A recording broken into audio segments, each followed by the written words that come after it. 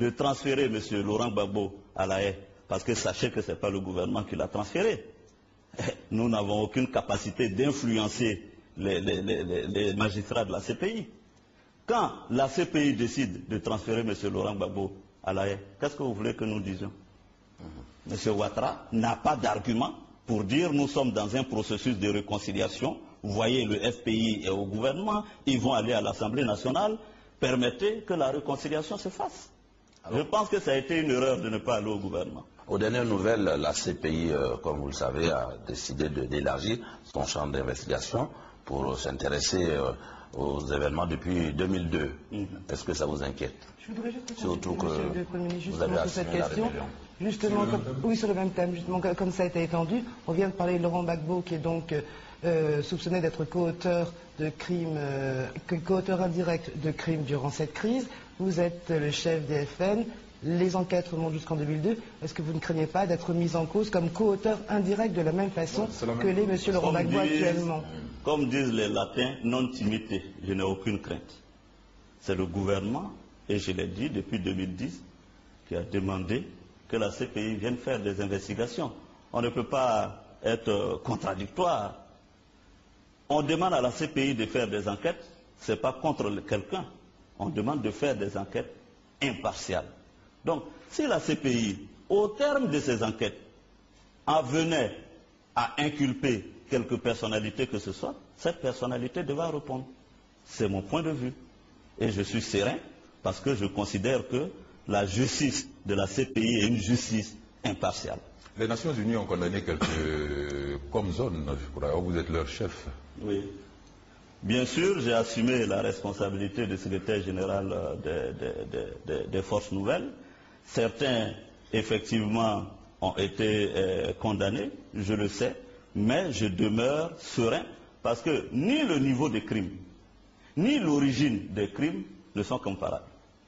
Même à Diokwe? Bien sûr, même à Diokwe, où il y a une commission nationale que nous avons mise en place pour enquêter. Qui n'a pas encore fini ses enquêtes jusqu'à présent. Oui, la commission n'a pas encore fini. Alors, donc n'anticipons pas. Laissons la commission faire tranquillement ses enquêtes. Pour combien de temps? Ni vous, ni moi ne sommes juges. Donc attendons les résultats. Venons au transfèrement. Il est de plus en plus question d'éventualité du transfèrement de Mme Gbagbo à la haie. Qu'en savez-vous? Bon, ce que je peux dire en tant que gouvernement, la CPI donc, est indépendante. Ne croyez pas que la CPI nous rencontre tous les jours.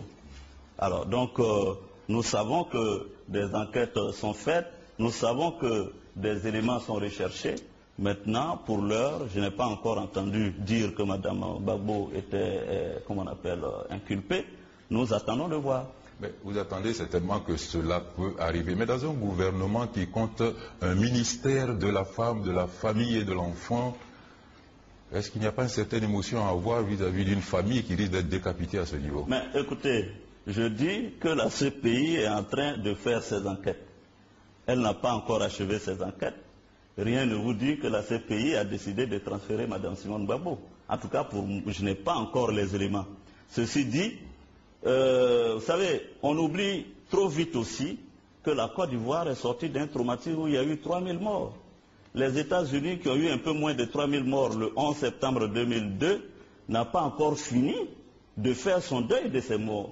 Donc je pense qu'effectivement, on peut bien s'inquiéter pour Mme Simone Gbagbo et autres. Il faut aussi parallèlement s'inquiéter de toutes ces personnes, de toutes ces victimes de cette crise. Donc on fasse le point sur les dignitaires de l'ancien régime qui sont soupçonnés, ou en tout cas leurs affaires sont en cours. Où en sont justement les enquêtes et quand pense-t-on qu'ils pourront comparaître éventuellement devant un juge? Je veux quand même insister sur ce que nous avons trouvé le 11 avril 2011. Tout a été détruit. Il n'y avait pas de maca, il n'y avait pas de prison, il n'y avait pas de tribunaux, tout avait été saccagé. Et vous savez très bien qu'on ne construit pas une prison en un mois. Au moins les architectes les savent. Donc, il fallait que nous puissions procéder à la réhabilitation des infrastructures. Ça nous a pris au moins 6 mois, 8 mois. C'est maintenant que nous sommes dans des dispositions optimales pour mieux faire évoluer ces enquêtes. dont ces dignitaires ont été détenus, comme vous le savez, mais bien d'entre eux ont été mis en liberté. Vous le savez aussi, le dégel de leurs comptes a été effectif. Ce sont pour bien d'entre eux. On l'a fait par plusieurs vagues. Donc ceux qui sont là, les enquêtes sont en cours. Le ministre de la Justice a eu l'opportunité de nous rendre compte il y a seulement quelques semaines. Les enquêtes sont en cours.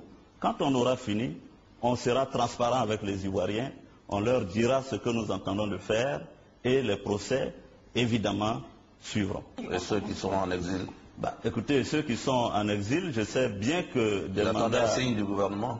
Qui? Ils attendent de vous un signe. Ah bon, pour le gouvernement? Pour rentrer en Côte d'Ivoire. Ah oui, mais le président de la République a lancé plusieurs appels pour leur demander de rentrer. Bien d'autres sont déjà rentrés. Il n'y a pas un piège là-dessous? Mais pourquoi vous voulez qu'un gouvernement sérieux, un président de la République qui s'engage, on va jouer au piège de la souris? Ça n'a rien à voir. Mais il y a des fois, parfois, les conditions, les gens d'opposition estiment que les conditions ne sont pas remplies. Certains dignitaires du FPI, par exemple, ont toujours leur maison occupée par des militaires. D'autres, effectivement, ont toujours leurs avoirs gelés. Il y a beaucoup de choses qui se disent aussi à l'extérieur sur la sécurité ici. Donc, qu'est-ce qu'il faudrait trouver pour les rassurer et surtout assurer leur quiétude pour qu'ils aient envie de rentrer? Mais déjà, ceux qui veulent rentrer, qu'ils rentrent. Je n'ai pas encore eu ou entendu dire qu'un seul est rentré et n'a pas pu occuper sa maison. Donc, ceux qui veulent rentrer de bonne foi, qu'ils viennent, nous prendrons toutes les dispositions et j'en donne la garantie pour qu'ils soient sécurisés et qu'ils soient ici au pays. J'ai dit encore, bien d'entre eux sont rentrés depuis les opérateurs économiques qu'aux politiques qui sont là. Pour être complet avec l'actualité, Monsieur le Premier ministre, on vous a vu dans ce rôle de grand attaquant au stade de Feu-Boigny, lors de ce match gouvernement-FIF. Vous avez montré des prouesses, et tout ça pour nous montrer la voie à suivre. Toujours est-il que nous sommes partis, vous connaissez la suite. Pour certains, c'était plutôt un calcul politicien. Si vous aviez gagné, peut-être que ça aurait pu vous servir pour accélérer certaines choses, notamment la réconciliation. Vous avez joué et perdu. Commentaire? Écoutez, je dois simplement dire que, vous savez, la posture des hommes publics et des dirigeants est toujours difficile. Donc, nous sommes l'objet de procès d'intention. Nous voulions que notre équipe pour la Côte d'Ivoire et les Ivoiriens. Ce serait quand même un sentiment patriotique de fierté de remporter cette coupe. Malheureusement, nous n'avons pas remporté la coupe. Et certains Ivoiriens ont célébré cette défaite. C'est bien regrettable qu'on en soit là. Mais toujours est-il que nous ne désespérons pas de continuer à travailler sur les mentalités pour que nous allions à la construction d'une nation. C'est ça le vrai problème. Que tous les Ivoiriens de quelque bord politique, de quelque religion, de quelques régions se sentent concernés par la Côte d'Ivoire. Ce que je peux dire, notre équipe n'a pas remporté la coupe, mais elle n'a pas démérité. Et je dois dire personnellement que j'ai plutôt bien digéré cette défaite en finale, parce que nous avons eu une équipe qui a pratiqué du beau football, qui n'a pas encaissé de but. On a vu une équipe solidaire, des garçons déterminés, et c'est suffisant pour moi. On va clôturer provisoirement la page de l'actualité en revenant un peu sur les législatives. Alors, quel débat parlementaire on peut espérer d'une Assemblée nationale dans laquelle, au sein de laquelle ne siège pas l'opposition significative? Parce que, je voulais emboîter sur toi, un pays qui se dit démocratique, ça veut dire une opposition aussi qui fait le poids. Et pour l'instant, on est dans une démocratie sans opposition. Alors, deux choses. La première, vous voulez me faire participer à un débat qui n'est pas encore, l'Assemblée n'est pas encore constituée, etc., etc. Gérer ses prévoirs. Je veux bien, mais celui qui présidera aux destinées de l'Assemblée, je pense, est en train d'y réfléchir. Donc, moi, je suis député. Si je devrais siéger dans cette Assemblée, j'apporterai ma contribution. Mais madame, j'ai un sentiment contraire à ce que vous dites. La démocratie, ce n'est pas la démocratie des partis politiques. La démocratie, c'est le peuple. Et les partis politiques, ce n'est pas forcément tout le peuple. Vous voyez ce que je veux dire? Combien de petits partis, madame, qui, faute de moyens financiers, n'ont peut-être pas pu présenter des candidats aux législatives et ne se retrouveront pas à l'Assemblée nationale? L'opposition, à chacune de ces déclarations, demande aux autorités d'ouvrir le dialogue. Qu'est-ce qu'il en est actuellement? Est-ce qu'il y a un dialogue qui continue entre l'opposition et les autorités? Mais nous ne pouvons pas nous en tenir aux déclarations démagogiques. La réalité, elle est là. Moi, je suis partisan d'un vrai dialogue avec l'opposition. Et je militerai pour ça. J'ai déjà eu des entretiens avec le président de la République qui est soucieux d'avoir ce contact avec cette opposition. Mais malheureusement, elle ne m'a pas l'air aujourd'hui prête pour ce dialogue. Donc, il y a d'ailleurs, et du reste, une commission nationale, dialogue, vérité et réconciliation qui existe. On a même créé une instance pour engager ce dialogue. Donc je pense que l'opposition a tellement de possibilités pour engager le dialogue. Et nous sommes disponibles. Je vais vous dire, madame, on ne peut pas m'apprendre le dialogue. Moi-même, en tant que secrétaire général des Forces Nouvelles, j'ai fait le dialogue direct. Ce n'était pas à moi de faire des récriminations sur les conditions du dialogue. Vous savez, si je devais écouter mes partisans à l'époque, jamais je ne serais allé à la table de négociation. L'erreur qui est en train d'être commise, c'est de pratiquer la politique de la chaise vide. Ça ne mène à rien. Je pense que c'est important et je prie le FPI d'accepter le dialogue, quelles que soient les conditions. C'est en commençant ce dialogue qu'on peut progressivement, au fur et à mesure, engranger des résultats. Mais on ne peut pas dire, nous avons des préalables pour engager le dialogue. Vous croyez que si moi j'avais posé des préalables à l'ancien président Laurent Gbagbo en 2006 pour faire le dialogue direct, ce dialogue direct n'aurait jamais eu lieu. Tout à fait, monsieur le Premier ministre. Valérie Boni a une autre préoccupation concernant la justice. Concernant la justice, puis on parlait tout à l'heure des dérapages des FRCI. Vous avez dit qu'effectivement il y avait un passé qu'il fallait faire avec. La justice également, c'est pareil. Mais je vois que dernièrement, il y avait beaucoup de personnes qui ont été arrêtées, maintenues en garde à vue prolongée de façon illégale, déférées à la maison d'arrêt de façon illégale, avec des gardes à vue qui durent très longtemps et non pas les 48 heures requises. Ça arrive plus fréquemment, très fréquemment. Vous ne pensez pas que c'est un dérapage qu'on peut facilement contrôler? Plus facilement que les dérapages des FRCI, par exemple? Je n'ai pas ces informations que vous me donnez. De qui s'agit-il? Il y a eu des journalistes de Notre Voix, par exemple, des investisseurs qui s'occupent de la réfection des commissariats, et puis des gens, des tout venants qui se font arrêter et qui sont maintenus en garde à vue largement au-delà de la durée de la garde à vue. Je considère que le ministre garde des Sceaux est un ministre compétent qui fait son travail avec efficacité, et je considère que, en tout cas, en ce qui relève donc des procédures judiciaires, c'est quelque chose qu'il connaît bien, lui-même ayant été avocat, et j'imagine difficilement que de tels dérapages puissent exister. Dans tous les cas, monsieur le Premier ministre, pour une partie de l'opinion, il y a une justice à deux vitesses, pour ne pas dire une justice des vainqueurs contre les vaincus. Oui, parce que jusqu'à Où ça? En Côte d'Ivoire, c'est ce que disent, comme je dis, une partie de l'opinion. Il y a tellement de raisons qui militent justement en faveur. Vous savez, c'est pour ne pas être accusé de justice des vainqueurs que certains ont considéré que c'était une bonne chose de transférer M. Laurent Gbagbo à La Haye.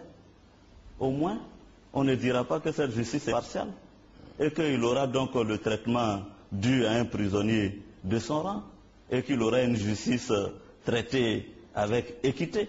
Parce que si nous, on le jugeait ici, c'est ce que vous auriez dit, c'est ce que ses partisans auraient dit.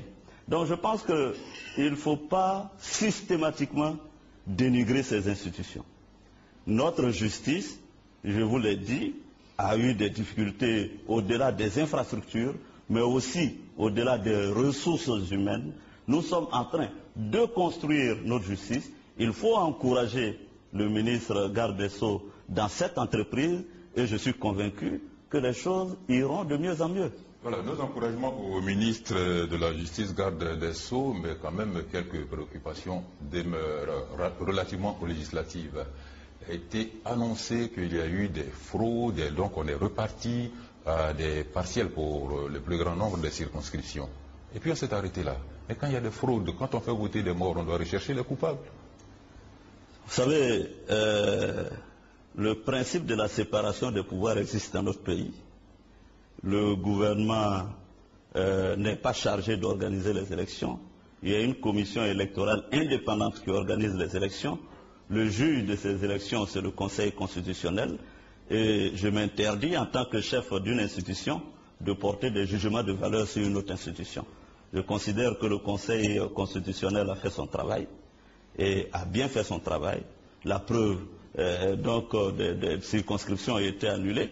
Donc, je m'en tiens à ça. Quel a été votre sentiment lorsque, en tant que Premier ministre, vous avez appris que dans des circonscriptions où des membres de votre gouvernement sont candidats, il y a eu des fraudes? Écoutez, je considère que le Conseil constitutionnel a bien fait son travail. Je ne sais pas, je ne connais pas les motivations de l'annulation de telle ou telle circonscription parce que je ne m'en suis pas préoccupé spécifiquement. Mais je considère simplement que c'est même une bonne chose qui renforce la démocratie, que s'il y a des fraudes ça et là, que le Conseil constitutionnel puisse, n'est-ce pas, prendre ses responsabilités en les invalidant. C'est ça qui renforce la démocratie. C'est ça. C'est pas parce qu'il y a des prisons, qu'il y a des policiers, qu'il n'y aura pas de voleurs. Donc la société est faite ainsi. Donc, mais ce qui aurait été condamnable, c'est que le Conseil constitutionnel laisse faire les fraudes. Donc vous devez vous réjouir aujourd'hui qu'on ait un Conseil constitutionnel suffisamment crédible, capable de frapper là où il faut. Je voudrais que le Premier ministre réagisse de cette violence qui nous colle finalement à la peau. À chaque élection, il faut s'attendre à des morts. Est-ce que finalement les Ivoiriens sont préparés à, à aller aux élections par rapport à la sensibilisation, par rapport à l'organisation même des scrutins? Je suis d'accord avec vous, je concède un peu la grande déception que vous exprimez. Nous la partageons totalement. Mais vous savez, la démocratie, c'est un long apprentissage. C'est un long apprentissage. Il faudra bien que les Ivoiriens admettent que les élections, ce n'est pas un lieu de guerre ou d'affrontement de gladiateurs. Que les élections, c'est comme une compétition, un match de football. On peut gagner aujourd'hui, on peut perdre. Toujours, il faut simplement avoir à l'idée qu'à la prochaine élection, on peut gagner. Donc je pense que cette responsabilité nous incombe à tous, aussi bien à vous les journalistes qu'à nous, hommes politiques, gouvernement, de continuer à sensibiliser. Mais je ne suis pas non plus pessimiste, parce que la violence qu'il y a eu aux législatives n'est en rien comparable à ce qu'il y a eu pour les présidentielles. Et il faut espérer que les choses aillent de mieux en mieux. Parlons de votre arrivée probable à l'Assemblée nationale. Bayala et d'autres personnes parlent de point de chute, mais d'autres estiment que c'est tout à fait le contraire, peut-être un tremplin pour accéder rapidement à la présidence de la République en cas de vacance de pouvoir. Avez-vous lu ce test-là récemment? Vous savez, les Ivoiriens ont l'esprit vraiment fertile et l'imagination féconde. Qu'est-ce qu'on va chercher là? Je suis député, rien n'est encore arrêté pour l'Assemblée nationale. Rien ne vous dit que je suis intéressé de briguer cette institution. Je dis simplement que je ne ferai rien qui n'ait l'assentiment du président de la République. Je suis en mission, je suis Premier ministre, le président m'a fait confiance, je ne vais pas décevoir cette confiance. Pour l'instant, il me demande de demeurer Premier ministre. Donc je n'ai pas d'autre ambition que d'assumer la responsabilité que le président me confie. Mais comme vous l'avez dit tout à l'heure, vous ne resterez pas Premier ministre ad vitam aeternam. Donc est-ce que vous, dans votre avenir politique, vous envisagez éventuellement de vous présenter à la présidence de la République? Non, vous savez, le problème c'est que je ne suis pas devin. Et que bon, l'avenir, qui sait? Ce qui est certain, je m'attelle donc à cultiver la confiance avec le président. Si le président, un jour, dans 1 an, dans 2 ans, dans 3 ans, me demande d'être son conseiller, je suis prêt à assumer cette responsabilité. Je l'ai déjà dit. Et je l'ai dit au président de la République. Je répète ça au cours de cette interview, j'ai dit au président de la République, Monsieur le Président de la République, c'est vous seul qui êtes élu président de la République. Moi, je suis à votre disposition et je suis prêt à servir là où il vous plaira de m'amener. Je m'en tiens à cette déclaration. Jean-Claude Bayala, abordons maintenant les questions socio-économiques. Oui, alors, Monsieur le Premier ministre, il y a que nous appelons, on va dire, le gouvernement appelle de tous ses voeux ce point d'achèvement de l'initiative PTTE qui peut apparaître aux yeux d'une certaine opinion comme une panacée, alors que nous connaissons l'océan des besoins de notre pays. Et d'ailleurs, votre ministre de l'économie disait que c'était là plutôt une arrivée, que ce n'est pas l'arrivée, mais beaucoup plus un départ. Alors, comment est-ce que vous expliquez, vous, en tant que chef de gouvernement, le fait que vous soyez un peu trop accroché, à mon sens, à cette histoire d'initiative PPTE, et si ça n'avait pas existé? Écoutez, disons que, effectivement, le PPTE, c'est une quête importante pour l'État de Côte d'Ivoire. Depuis 2007, que nous sommes en programme avec le FMI et la Banque mondiale, évidemment, nous avons fait beaucoup d'efforts pour essayer d'arriver donc au point d'achèvement. Vous savez que c'est en 2009 que nous avons atteint le point de décision et que nous sommes maintenant en quête de ce point d'achèvement. Ce qui va se passer, c'est que l'État de Côte d'Ivoire est quand même endetté à hauteur de 6 000 milliards de francs CFA. Et que si nous atteignons le point d'achèvement de l'initiative PPTE, c'est autour de 80% de cette dette qui sera annulée. Et si cette dette était annulée pour la Côte d'Ivoire, c'est autant de capacité de l'État de Côte d'Ivoire à recourir à un financement beaucoup plus important pour s'occuper de la situation de notre pays. Donc je pense que c'est important. D'autres pays ont eu cette initiative et ont pu voir le redécollage effectif de leur économie. La Côte d'Ivoire est en train de poursuivre parce que ce n'est pas marrant, M. Bayala, de savoir que chaque année, dans le budget, nous sommes obligés de consacrer 500 milliards au remboursement de la dette. Donc c'est autant de contraintes qui engendrent des difficultés. Donc je pense aujourd'hui que nous avons effectivement raison, et le ministre a effectivement raison, de considérer qu'une des priorités au plan économique, c'est d'atteindre le point d'achèvement de l'initiative PPTE. Alors on a l'impression que ce point vous fuit un peu et qu'il avance au fur et à mesure que vous prenez des mesures pour y arriver. Alors le point, il apparaît comme une sorte d'horizon. Non, disons qu'il faut quand même reconnaître qu'il y a eu une parenthèse de la crise post-électorale de décembre à avril 2011. Il est même heureux que les institutions ne soient pas revenues sur le point de décision que nous avions déjà acquis. Évidemment, il nous faut... Il y a quand même peut-être des obstacles objectifs. Non, je veux dire que l'une des conditionnalités était que nous fassions la réforme de la filière café-cacao et qu'elle soit mise en œuvre 6 mois durant pour être évaluée réellement. Donc ceci a été fait. Donc maintenant, nous avons bon espoir. D'ailleurs, la mission du fonds était là. Vous avez vu leur déclaration. Nous avons bon espoir, le gouvernement a bon espoir que dans quelques mois, nous pourrons atteindre le point d'achèvement. Et je vous signale que ça pourrait effectivement changer les choses. Justement, les Ivoiriens, ils connaissent effectivement ce qu'est le PPTE, l'initiative pour les pays pauvres très endettés, mais l'Ivoirien moyen, il devait savoir quand est-ce que les prix vont arrêter d'augmenter, quand est-ce qu'ils seront obligés de se serrer la ceinture, l'essence risque d'augmenter dans les semaines à venir, qui ne va pas améliorer la qualité de vie des Ivoiriens en général.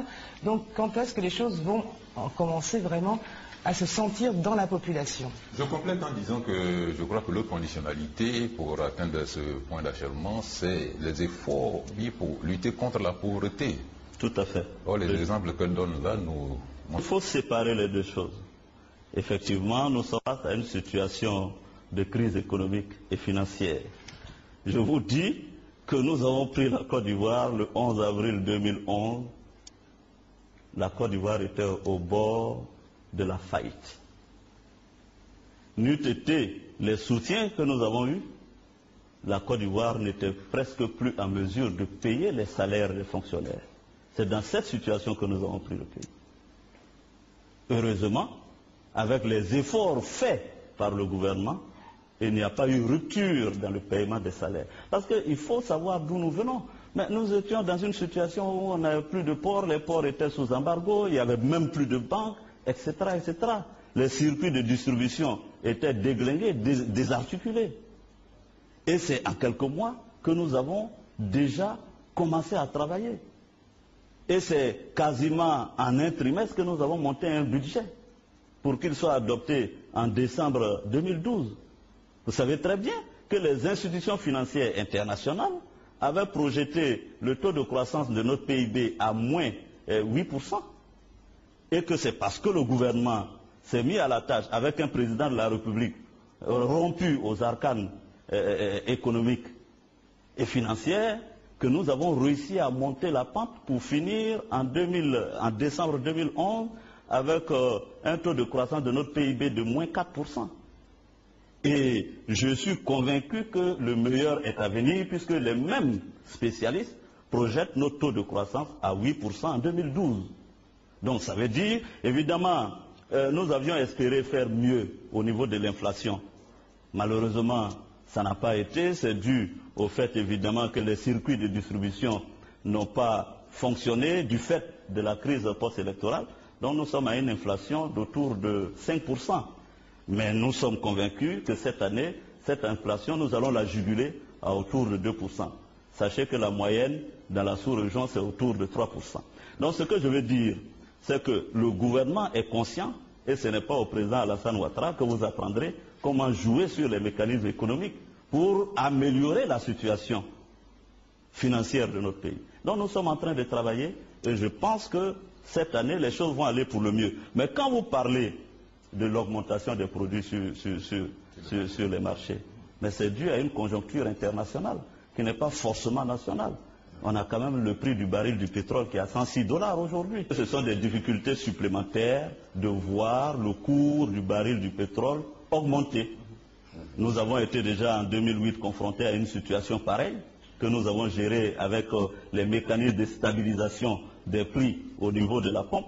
Nous sommes, à l'heure où nous parlons, le gouvernement est en train d'étudier tous ces mécanismes avec le ministre Tunkara pour voir comment stabiliser tous ces prix et que la conjoncture internationale n'agisse pas fortement sur la Côte d'Ivoire. Voilà, la conjoncture internationale, on le sait, on le comprend, cause certaines inflations. Mais il y a en interne des actions qui sont posées qui pourraient vraiment appauvrir encore plus les pauvres Ivoiriens qui reviennent de loin, comme on le dit.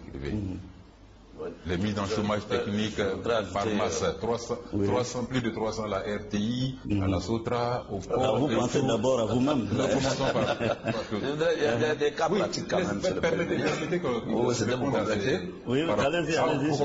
C'était pour compléter. Il y a des cas pratiques tels que, on peut comprendre pour l'augmentation de l'essence, vous invoquiez la conjoncture internationale, mais lorsque le kilo de la viande est à 2000 francs, c'est des facteurs endogènes.